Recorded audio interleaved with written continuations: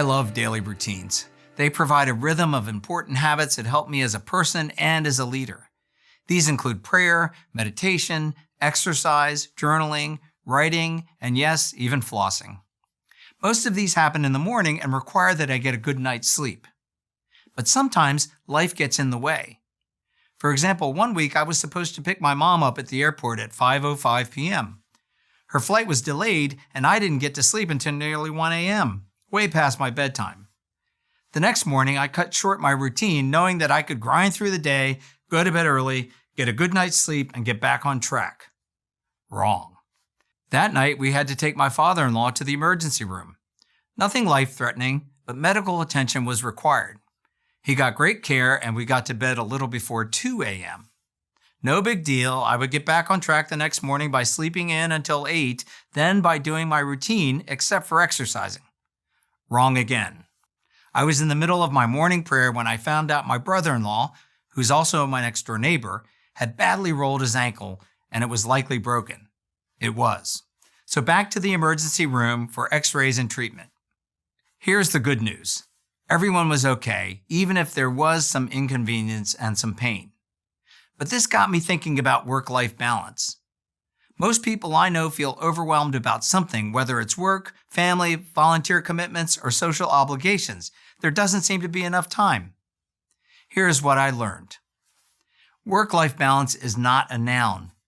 It's not something to be achieved. It's not a goal.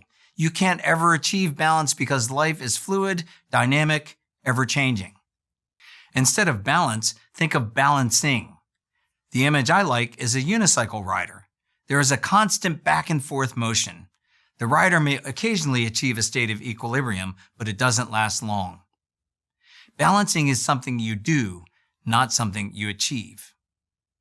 I learned this concept from the book The One Thing by Gary Keller and Jay Papasan. They write, seen as something we ultimately attain, balance is actually something we constantly do. A balanced life is a myth, a misleading concept most accept as a worthy and attainable goal without ever stopping to truly consider it. Instead of balance, the authors use the term counterbalancing to describe balancing as a verb. When you counterbalance, you focus on your most important task at hand, whether it's family, work, your health, or your spiritual life. There are times when your family needs you. Don't ignore it. There are times when work is intense. That's okay, but it can't last forever. If it does, something has to give.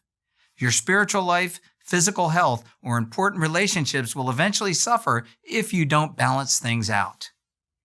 When you focus on counterbalancing instead of achieving a balanced life, you can give yourself completely to the moment, knowing that you will be balancing things out. The writer of Ecclesiastes reminds us that everything has a season. When we remember this, we can live more fully.